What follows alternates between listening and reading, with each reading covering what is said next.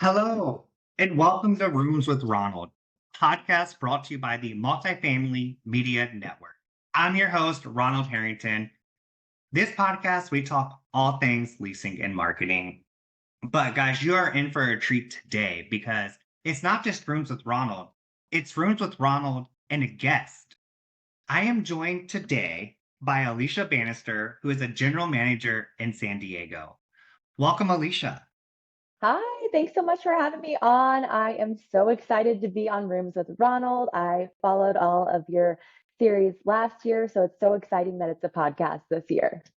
I'm glad you love it. I'm just glad that we can be here together, and I am so thrilled to have you as a guest. I mean, we did a lot of work last year on the next gen, so I got to know you personally, and like, Yeah. what a treat that was.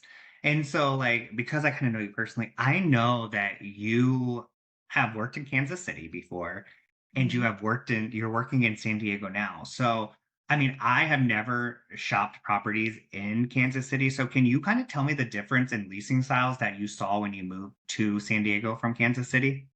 Yeah, and you're missing out, so you definitely need to go check Kansas City out, not just for the apartment tours, but the barbecue is amazing. You gotta check it out for sure. On my list in a couple weeks. Amazing, amazing. Such a great association there too. Shout out Debbie Hockenberry. But um, it is different. It's definitely different. You expect something to be maybe the same across the board. And I'm sure you learned while doing your rooms with Ronald that that is not the case. And not all companies are created equal. Not all leasing agents are created equal. Not all training is created equal, right? So you get to see a lot of differences. As far as the leasing aspect goes, I would say that the Kansas City market was a little bit more of a very customer forward market. You weren't seeing a lot of the centralized leasing happening there. You weren't seeing a lot of the virtual tours happening there. Even in a COVID world, we were considered, an essential employee. And during COVID, never really went home, at least the company I was at. So we were there touring in masks. Um, so when I came to California, that was quite a shift because I did come to California in 2020 and we were working remote. So you had to get really creative with the way that you were doing your marketing, the way that you were doing your leasing, and you had to be on point with everything because I'm so used to selling myself in person and having my team sell themselves in person and really creating that experience and that relationship. So you had to be really on point and you had to be on your game. So I'd say Kansas City was definitely, even in a non-COVID world, a really more personalized approach than what California kind of has and what that's kind of the norm here. There are a lot of our big companies here in California and San Diego that don't have on-site teams and have shifted to off-site teams. So just kind of a shift in how you're selling, and that relationship is selling looks a little bit different here in San Diego than it did in Kansas City for sure. Do you think that the being in San Diego and the shift of like that centralized not having the office staff, I know when I toured your property, you had leasing staff. So do you think that gives you a competitive advantage? Yeah, I think so. I mean, we hear it all the time. Even when I I'm a manager at the building, I'm not above picking up a phone. When I pick up the phone and answer the call, people half the time are just like, "Hey, it's so nice just to talk to someone," right? Um, And not to say I don't believe in centralized leasing. I think there's definitely a space for it. I think there's a way to do it and a right way to do it. But I certainly enjoy it, especially at a building like the one I manage. Really have to have that really high level customer greeting right when they walk in the door. And they really need that with that demographic and that type of building in a Class A environment. I think it's really important. Um, and I think that is a lot of our competitive advantage, especially my team. I mean, my people are our competitive advantage. We joke that our concierge director is our own amenity sometimes because he's so great. He's been at the building since we opened. So, I think that having a team that's really hungry, having a team that really understands that Ritz-Carlton approach to customer service and really going above and beyond and delivering on the unexpected and expected is really important. Yeah, I remember touring one of your comms and they had a centralized leasing. And so I booked everything online like I always do. And I got there and I didn't know how to get in the building. Like the building's on lockdown, right? Like you have to have a fob to get in. So I'm like hitting the buzzer, no one's picking up. So I called the number on the door and it sends me to like I'm assuming a call center. I don't know. because no one ever picked up the phone on that end, and it was like a prompt that made me believe it was a call center. And so like I was late to the tour because I couldn't get into the building, and then I got in because someone walked out, right? Which Right. we teach our residents, right? You shouldn't let people follow you in. Sure. But they just like let me right on in. So I must have Yeah. that like innocent face. And then I got there and there was no directions. There was like two people in the office, and like I got into the door and they're like, "Oh, how can I help you?" And I was like, "Oh, yeah, I'm here for a tour." And they're like, "Oh, what are you looking for?" And I'm just like, Not the response. Not the it was just response you like, want. I put all my information in the system, there was Yeah. no feedback. And I noticed that a lot, like kind of across the country, especially in like Mhm. the mid rise and the high rises. Like, where do you park? I didn't know that. How do you get into the building? Who do I say I'm coming for if I'm meeting at the desk? So like when I walked into your building, the leasing agent greeted me at the door, which I thought was a nice touch. And I'm very animated in case you didn't know that. And so like that energy. So like out of the four that I shopped there, yours was probably the best experience that I had in that market. The first place I went to, I would have never leased from. I got there at 1 o'clock for my tour. The manager greeted me and told me I had to wait till the leasing agent got back from lunch, which was a 10-minute. So I waited 10 minutes while she's just in her office, like working. And she was like, "Oh, I'm just really busy. I can't take you out on a tour." And I'm just like sitting there and I'm just like, okay, what's the person in the office next to you doing? Like, and the sad thing is the leasing agent called to confirm that morning that I was coming for my 1 o'clock appointment. So like they knew I was coming, like, and that's how I got treated. And so I was just Yeah. like, oh, well, that was like that set the tone. And then like she tried to recover, like when we got to her desk, she's like, "Oh, we have snacks here and like water, and you can have some of that." And I'm like, "Where was that 10 minutes ago?" Right? When I am like sitting here like pondering like what should I do? But so we did the mini tour, we found that, and we went to an apartment. She kept saying, "There people were working in this apartment yesterday. And so if people are still working, we're just gonna pretend that they're not there." So I was like, "Ooh, what's this experience about to be like?" Oh, wow. Yeah. And I was like, "Okay, so this experience is coming." And we walk into the apartment and there's a janitorial cart in the middle of the living room. Like the first thing I seen when I walked in, and I No. was just like, so I instantly thought this person had just moved out. I was like, "Oh, this Yeah. person just moved out." So we keep going, and then I go into the bedroom and there's like blue painter's tape around the doorknobs. And like the door and like the floor is filthy. And I'm like, okay, well, this is interesting. And then I walked in to the bathroom and it looked like there was a puppy pad and a diaper on the floor. I was like, I wanted to be like, did this person just move out like yesterday and you're just now No. turning Yeah. this apartment? And so I was just like, so that was like the very first, but what I think even made me more crazy is that the leasing agent just stood at the island in the kitchen. Like, so she had, and she told me she had shown that apartment yesterday. So I know she saw the puppy pad in the diaper yesterday, and she just, well, I mean, I don't think she saw it because she just stood at the kitchen island like she did Right, with me. sure. She didn't leave the kitchen island, so no demonstrating. Right. So I was just like, this is what San Diego is going to be. And then they're Yeah. offering, 4 and 6 weeks free. And you wonder why, right? And Why might they have to offer that? Yeah. I'm a firm believer. I'm like, why don't we reduce concessions and take that money and give it to actually training people? And Mhm. I was in Arizona at a leasing training the other week, and one of the leasing persons, she's like, "I've been in the industry 2 years." I'm like, "Oh my gosh, that's a long time for leasing." Like, you're like, you're amateur now. You've been doing that. You're a pro. She's like, "This is the first leasing class I've ever sat through." Oh, wow. Okay. And I was just like, my mind was blown for a second because like Yeah. it was it wasn't like a mom and pop, small. It was a large company that she came from.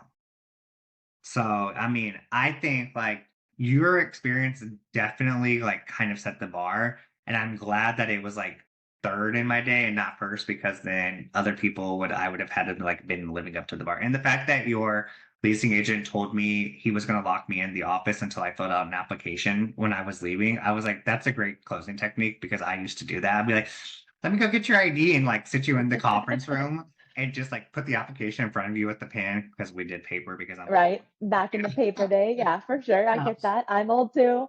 and so like, and I would just like be gone for like 5 minutes, and when I would come back, they'd be filling out the actual application, and that's how I closed on a lot of Yeah. leases. Well, I So think there's I a lot to unpack there, right? You have the manager that says that they're going to have to wait to give you a tour. And so that really sets the tone. Like, what's the tone going to be if I'm a resident here? If I come down and I have an emergency, or maybe it's not even an emergency, but it's something that feels like an emergency to me in the moment, and you're the only person in the office, you can't help me with this. Um, and what does that say to your team that you're not willing to step in and take a tour and really lead by example, especially if you are at a building that's offering 4 and 6 weeks concessions? Leasing's your number one priority. No matter what report you have going on, no matter what you have that's due that day, I am sure your owners and your VPs and your residential leadership will understand that you need to take a tour, because that's your number one priority right now if you're having to offer that large of a concession. So, that's a lot to unpack. And then, and two, well, the leasing agent that took their lunch while not looking at the appointments ahead of time, like that's just, basic 101, what you can do to make sure that someone's going to be there for you when you arrive. One of my favorite things in Kansas City that we would do, we were in a lease up environment. So we would pull out all the stops for leasing. So we would ask the tour ahead of time what their favorite drink was, and we would have that waiting for them when they arrived for their tour.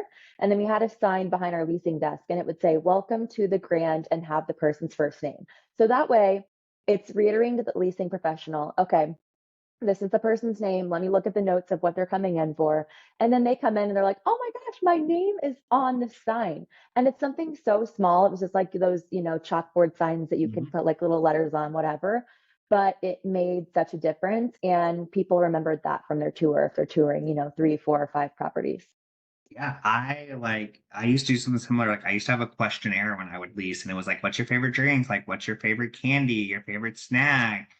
Your favorite movie? And if I could Yeah. find if we had one of those things, it was always in the model. And so like I can tell you times like I would be like running to the model before my tour, and like if their favorite movie, was Legally Blonde, but Legally Blonde was like playing in the background. Love that.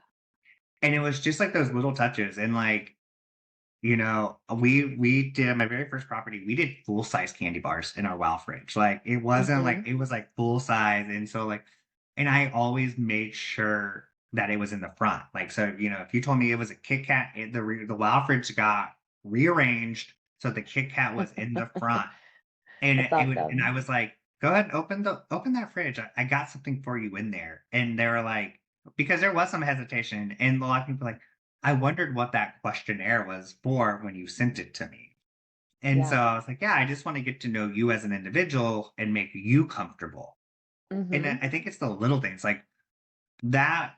If you just had like, Coke, Pepsi, like the norms, most people are going to say that. Like you could spend $50 a month and wow people. So if you're spending Hmm. $50 a month on the wow fridge, but you're getting one lease from that and they're paying $1,500 for 12 months, the math is there, right? Like, why Right. wouldn't you take that initiative?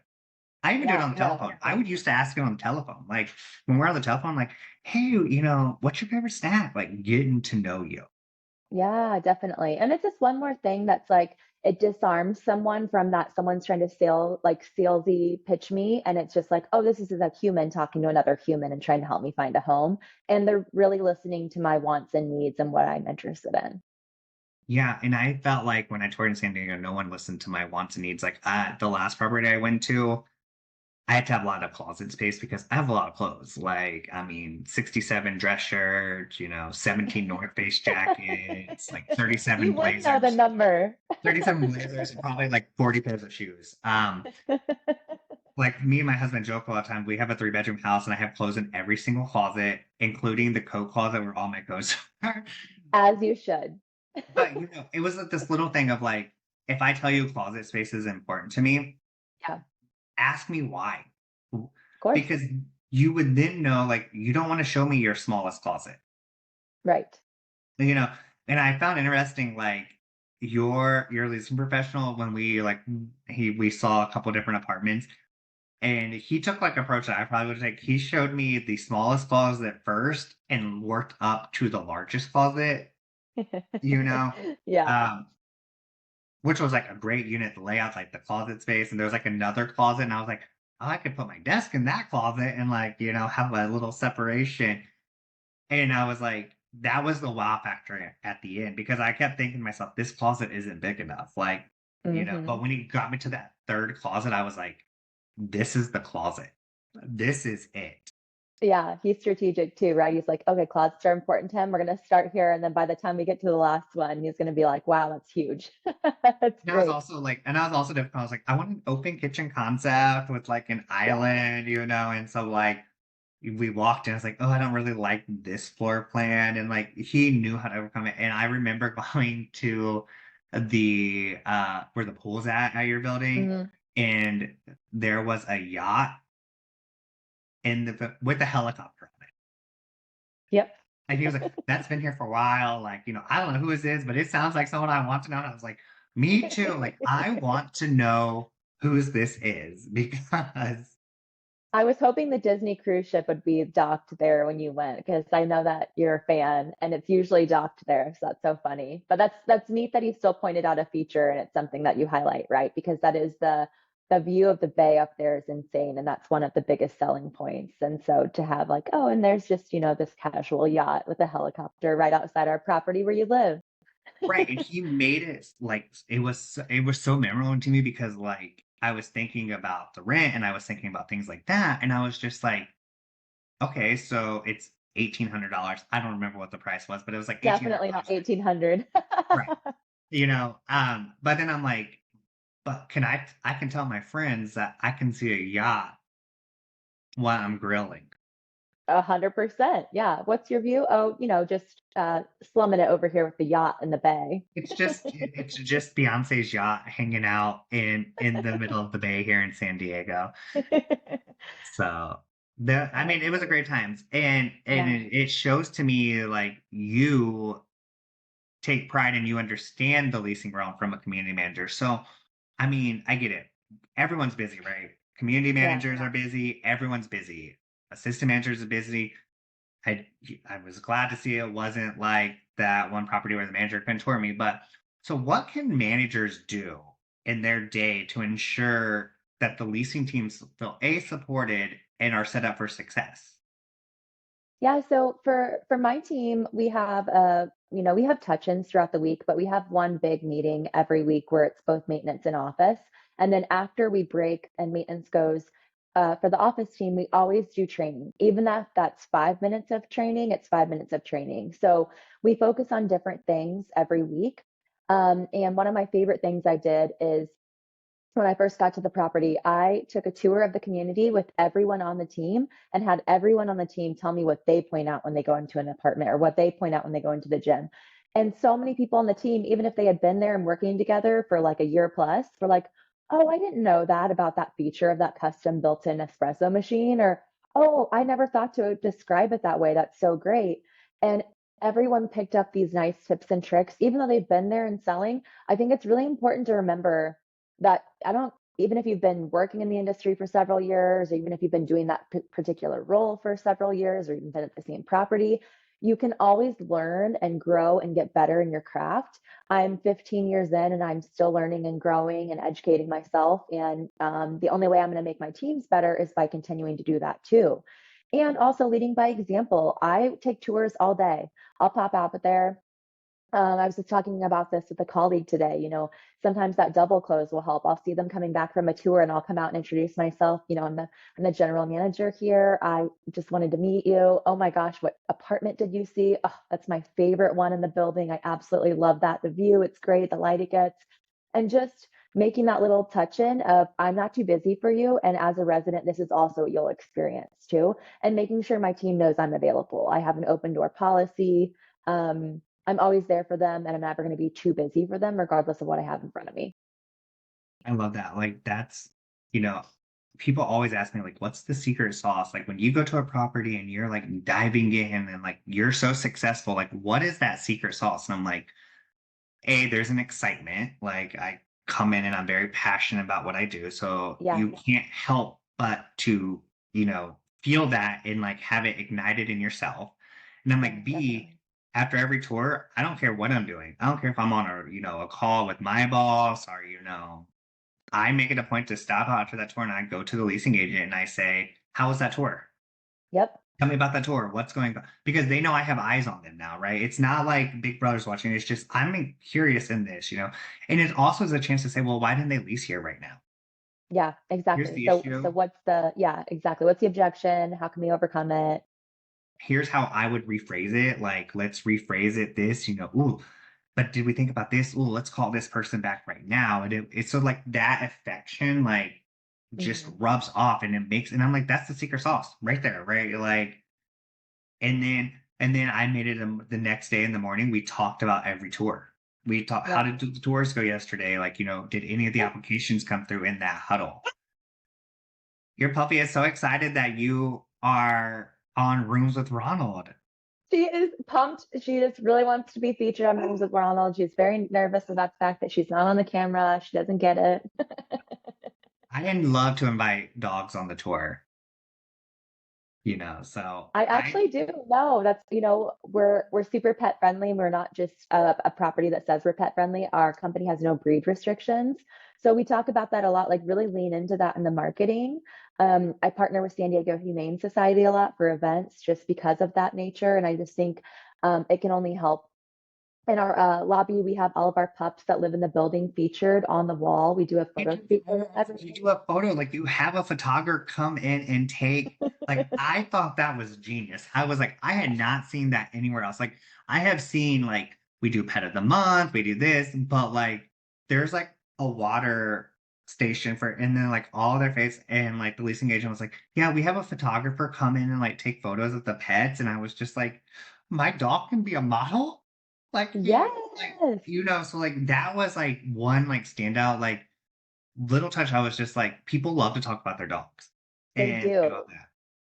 And it's right there, yeah, and, um, when people even if they move out, they get to take their little mixed tile of their photo of their dog with them, and they have the professional photo that we digitally send to them too, so it's an ongoing thing that they get to keep forever and have, but yeah, just, like, really leaning into that dog-friendly aspect, and, of course, always inviting if they have a dog, like, bring them on the tour, they can check out the dog park, the dog wash, they can sniff it out and see if the apartment's for them. People treat I mean, I do treat their pets like they're their kids. She's certainly the only kid I'm gonna have, so,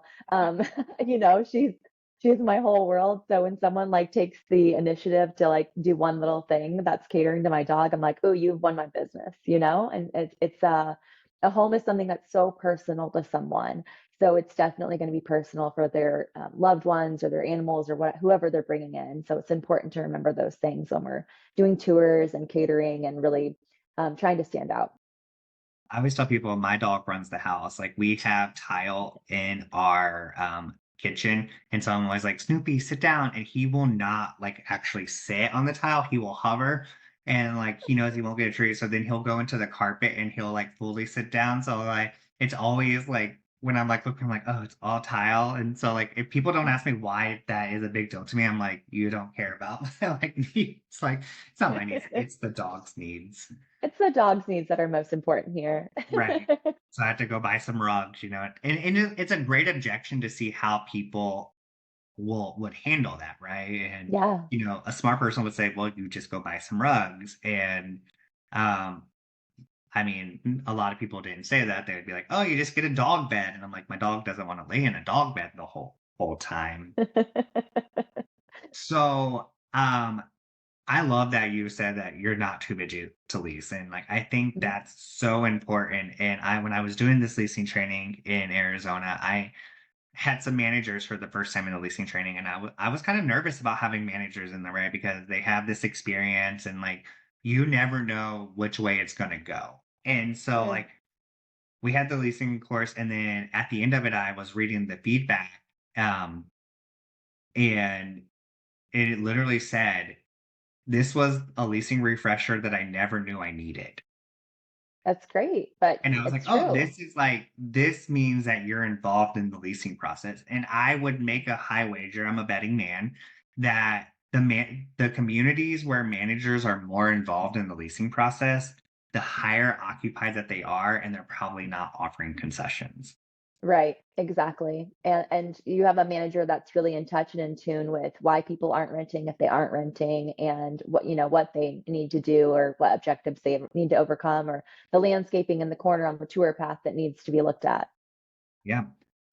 So we talked about some leasing agents. When you are interviewing for a leasing professional, Mhm. what is it that you're looking for? For me, I think that the number one thing for a leasing professional is that they are a go-getter. They are sales number one. There's a lot that you can train, but that hungry aspect of someone of like, okay, I have to get the next lease, I have to close them, I have to get them in the door. Sure, there are other things like you want them to be a relationship builder, you want to be customer service forward. But I think if you are innately good at sales, you probably have some of those characteristics or traits that we can train a lot better and or train in the way that our company wants them to be. But at the end of the day, I need you to be super hungry and super competitive in a way that's like, okay, I have to get this person in the door and or what I'm like questioning why they didn't lease with me and taking it almost personal, right? Like, okay, what am I going to do to be better next time?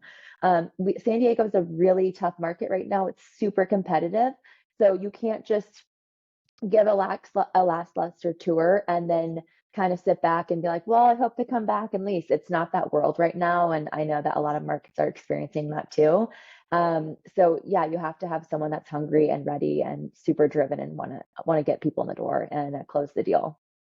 I always get nervous when I ask, like, what you think a leasing professional does or like what it entails. And like the number one answer is customer service. Like, I tend to write those leasing professionals off because, like, while customer service is an important part, Yeah, you're right. Like, if you're a salesperson, you're going to have that customer service side, right? Like, you have to say it's sales first because that's truly what it is. And what's so funny is I had a friend who was a revenue manager for a company, and we were talking one day, and she gave me like my best question now that I ask all leasing professionals when I'm interviewing with them is how many jelly beans fit into a suitcase? Because there's no right answer, right? But it will right, show me how far that they are willing to dig for this information to help them find the prospect, right? So if they give right, me a number right away, I'm going to assume if someone comes in and they're looking for a one bedroom on March 1st, they're going to list every one bedroom that we have. right. But if they ask some qualifying questions, like what size suitcase, hard shell, soft shell, are we talking individual jelly beans, are we talking the big bag jelly beans, little jelly? Like they ask me those types of questions. Exactly. I can see their reasoning, like they're calculating and how they would come to that answer. So that is like my favorite question to ask. And I just want to thank my friend for imparting her wisdom on me. We use Um, selling a chair. So we'll like point something out in the room and be like, if I was looking for this chair, like how would you sell it to me? And then, asking questions of like, well, the guy down the street actually has the same chair for, $100 less. Why would I buy this chair if it's the same chair? And then so that, making them overcome objections in that way too. I will make them take me on a mock tour, hands down. Yep. Like, and I Love kind it. of coach them through the interview process. Like, how do you feel about closing? How do you feel about connecting with people? Blah, blah. So just, I want to see what they're using in, what they, if they listen and then they can apply those skills.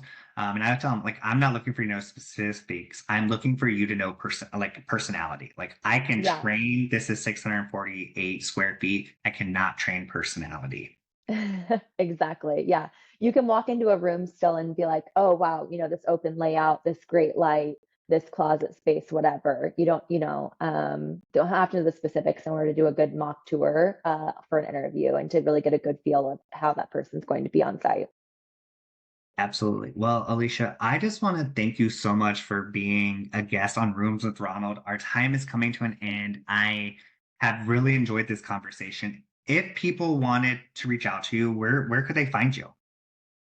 Sure. So I'm on LinkedIn. That's probably the easiest way to connect. It's Alicia Bannister, and I think you'll have it listed on the I will. front of it, but it's Bannister with one N, Bannister.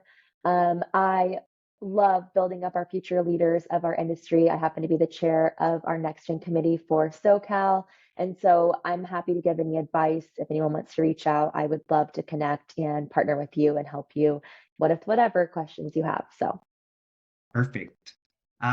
Well, guys, if you want to be a guest on Rooms with Ronald, or you know someone that you think would be great for us to have this leasing conversation with, then you can email me at roomswithronald@gmail.com. And also, I would love to hear the objections that you guys are hearing and do a whole episode where I overcome the objections from the listeners. Or, if you have some crazy leasing stories that you want to share, I would be happy to read those as well, just for great measure, because we are in multifamily and we know how crazy that gets. So, if you have enjoyed today's show, please rate us on your podcast streaming service, whether that's Spotify, Apple Podcasts, YouTube, and be sure to check back next time to gain more insights and more impacts on all things leasing and marketing. Until then, this is Ronald Harrington, and you have been listening to Rooms with Ronald. This podcast was created by Ronald Harrington and is produced and a product of the Multifamily Media Network. Until next time, happy leasing.